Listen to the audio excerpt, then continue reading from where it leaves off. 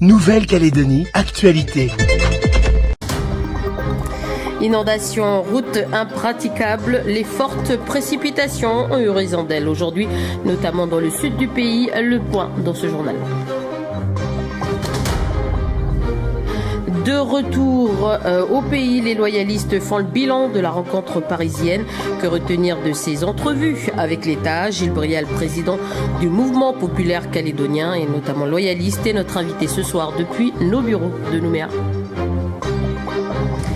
Et enfin, c'est une triangulaire qui s'affrontera pour le second tour des élections territoriales en Polynésie française. Le Tavini Awi Ratira, parti indépendantiste, arrive en tête avec 34,9%, soit 14 points de plus qu'en 2018.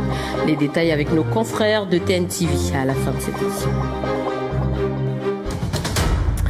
Des trompes d'eau se sont déversées aujourd'hui dans le sud de la Nouvelle-Calédonie. Sans être paralysée, la RT1 s'est rapidement retrouvée inondée. En périphérie, des radiers ont débordé et des routes ont été coupées. Retour sur cette journée chaotique avec Vanessa Kédé.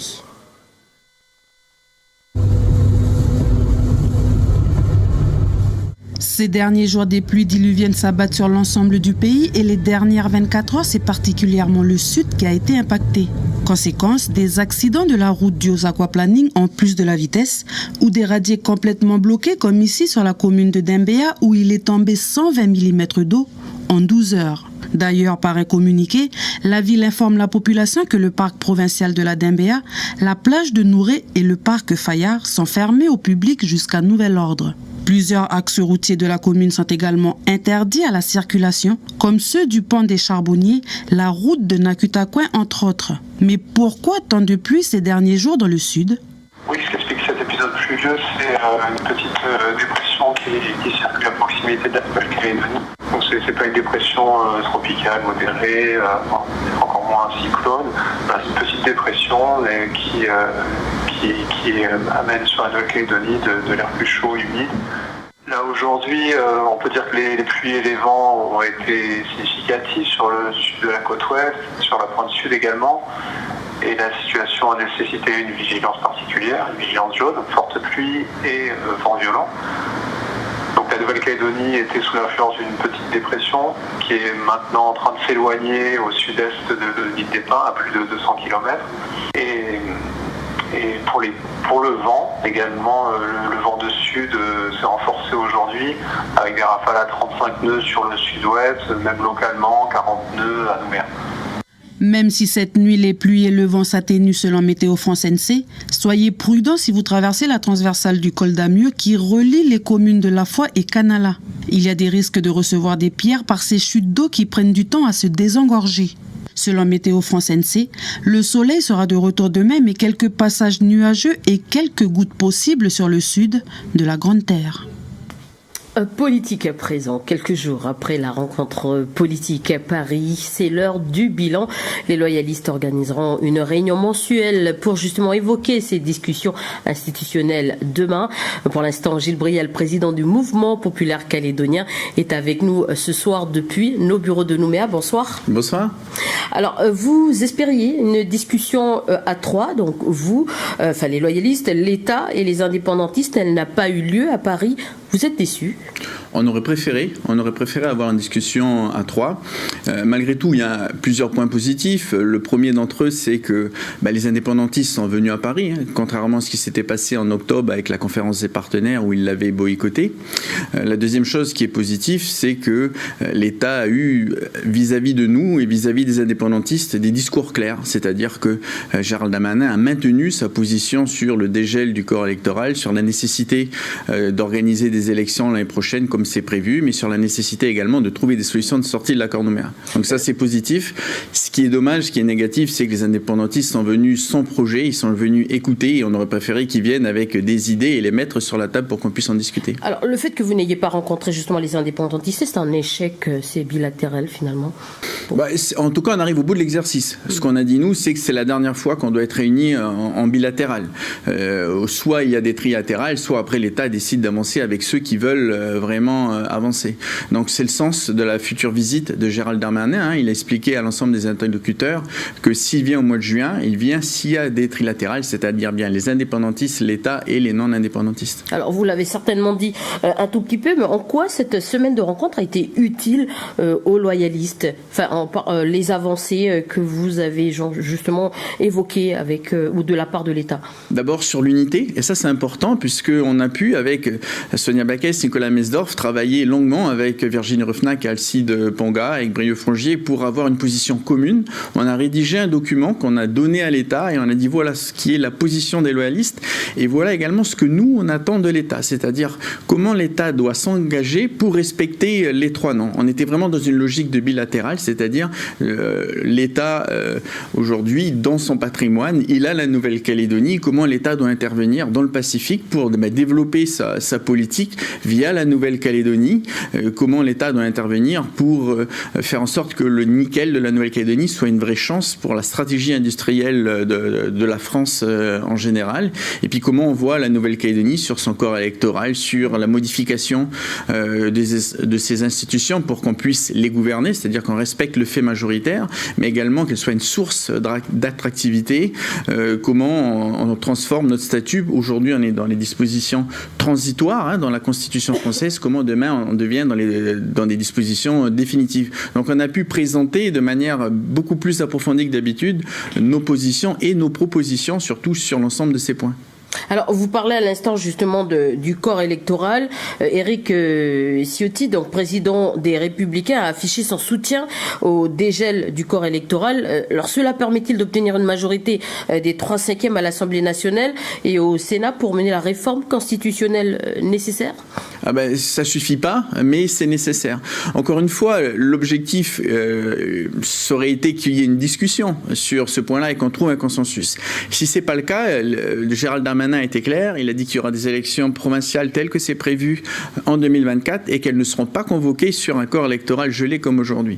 Donc soit il y a un accord, soit il n'y a pas d'accord, et dans ce cas-là, c'est l'État qui prend ses responsabilités, qui convoque le Congrès de Versailles, c'est ce que vous venez de dire, c'est-à-dire que à la fois le Sénat et l'Assemblée nationale qui votent, et il faut 3/5 de ça. Donc il faut les LR, il faut la majorité qui soutient le président de la République, il faut le Rassemblement national. C'est pour ça que dans nos rencontres, l'ensemble des non-indépendantistes, les loyalistes et l'Avenir en Confiance Rassemblement, on a rencontré les chefs de groupe de la majorité, mais également des LR, d'Éric Ciotti, Nicolas Mesdorf a rencontré Marine Le Pen. L'objectif, c'est de faire le point avec l'ensemble de ces formations politiques.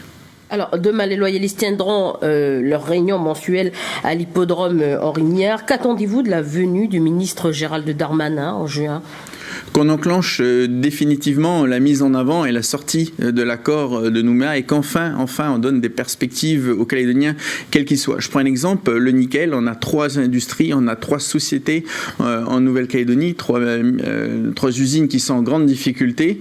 On devrait pouvoir trouver une solution dans le process industriel français pour sauver nos usines. Et ceux qui travaillent dans les usines, ce sont des Calédoniens. Ils ne sont pas loyalistes, ils ne sont pas indépendantistes, ils sont Calédoniens. Si demain ils perdent leur emploi parce qu'on n'a pas été capable de leur proposer un projet industriel, c'est des Calédoniens qu'on met à la rue. Et donc ça fait partie des points qui sont pour nous fondamentaux et qui nécessitent qu'on avance vite aujourd'hui. Alors, les prochaines sénatoriales auront lieu en septembre. Comment les loyalistes se préparent-ils ? Est-ce que vous allez vous présenter ? C'est tôt pour parler de ça. Ce qui est sûr, et ce qu'on a dit, c'est qu'on veut aller unis. Vous savez, les sénatoriales, ce sont des grands électeurs, donc on connaît déjà le rapport de force aujourd'hui. En gros, il y a 240 grands électeurs indépendantistes et il y a près de 300 grands électeurs non indépendantistes. Donc la seule façon d'avoir des sénateurs non indépendantistes, c'est qu'il y ait une union des non indépendantistes, des loyalistes, c'est-à-dire un pacte entre les loyalistes, le Rassemblement, et y compris avec Calédonie Ensemble, pour avoir 2 candidats qui soient communs et qui gagnent ces élections. En tout cas, ça c'est l'engagement dans lequel nous sommes placés. Alors, j'en ai une dernière question pour terminer cet entretien. Les élections, pour terminer sur les élections territoriales en Polynésie, où le parti indépendantiste d'Oscar Temaru est en tête, un commentaire ? rapidement sur cette Oui, élection. je pense que c'est lié à 3 raisons. La première, c'est que les indépendantistes à Tahiti ont lissé leur discours. Ils parlent beaucoup moins d'indépendance aujourd'hui. Ils ont rendu l'indépendance quasiment sexy.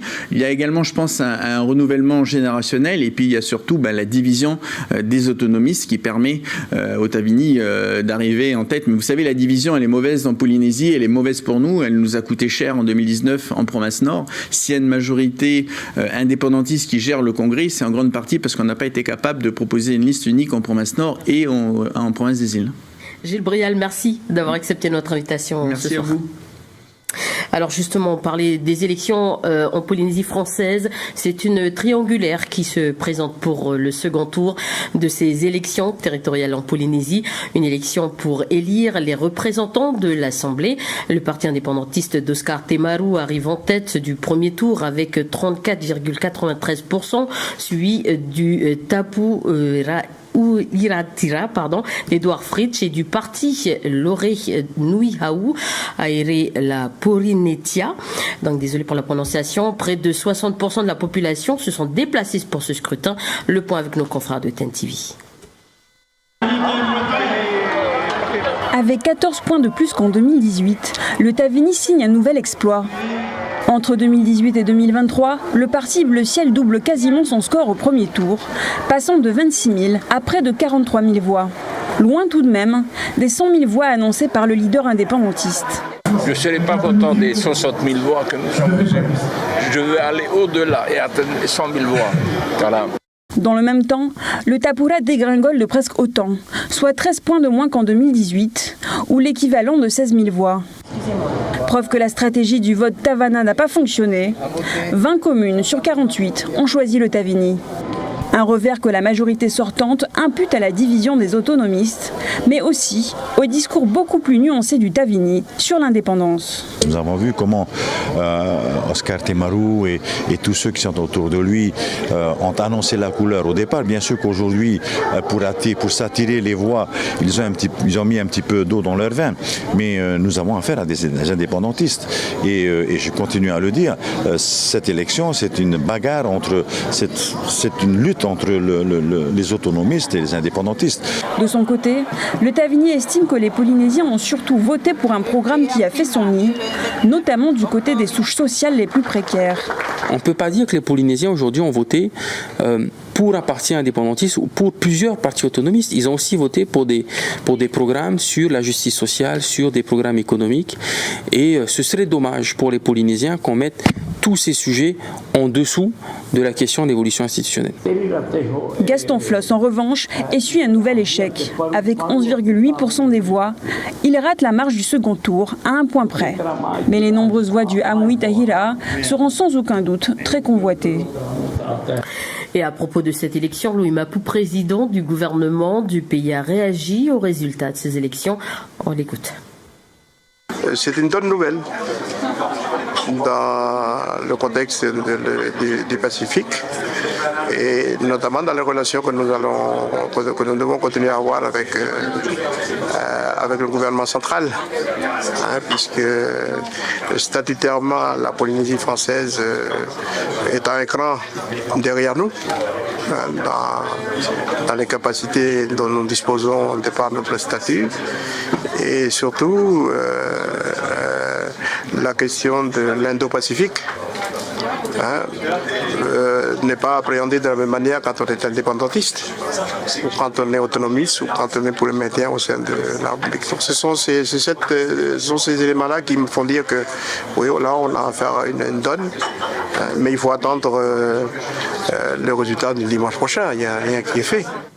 Voilà des propos recueillis par Michel Pambé. Toujours au gouvernement, des aides pour soutenir l'émergence de talents et de projets novateurs. C'est le projet ambassadeur de la TechNC, initié par le gouvernement l'an dernier. Les membres de l'exécutif en charge de ce dispositif viennent de signer une convention cadre avec Air France pour une remise de 20% de 10 billets d'avion sur le tronçon Singapour-Tokyo à Paris, valable jusqu'au 31 décembre 2023, donc en fin d'année. année. Objectif, permettre aux startups calédoniennes de chercher des investissements et conquérir de nouveaux marchés à l'échelle régionale, nationale et internationale.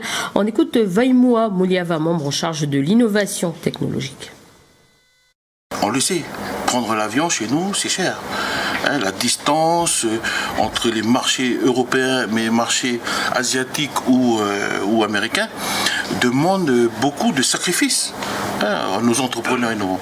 Donc, l'objectif de ces conventions passées avec notre compagnie Air Calédonie International et Air France, c'est ni plus ni moins un premier pas qui permet de travailler sur des tarifications préférentielles pour tout innovateur qui se serait présenté dans ce comité de sélection. Il y a un comité de sélection qui rassemble les compagnies aériennes concernées, le pôle innovation de la DECAL et puis la direction du numérique. Donc vous savez, on a aujourd'hui une communauté French Tech en Nouvelle-Calédonie qui rassemble tous ces innovateurs. Il faut leur permettre de pouvoir s'envoler. Environnement en bref à présent. À Lifou, un épisode de mortalité des coraux est en cours. L'alerte a été lancée par les observateurs du réseau d'observation des récifs coralliens de Nouvelle-Calédonie et de la province des îles. Ils surveillent les fonds sous-marins chaque année au même endroit. Fin février, ils ont observé des patchs de corail blanchis, signe d'un écosystème perturbé. Certaines espèces de coraux dépassent le stade de blanchiment et commence à périr. Le phénomène semble restreint à Lifou, même si des signes de blanchiment corallien ont été observés également à Ouvéa et Le Long. Outremernews.fr, le site de l'actualité Outre-mer, 24 heures sur 24 et 7 jours sur 7. Retrouvez la chaîne Outremer News sur YouTube.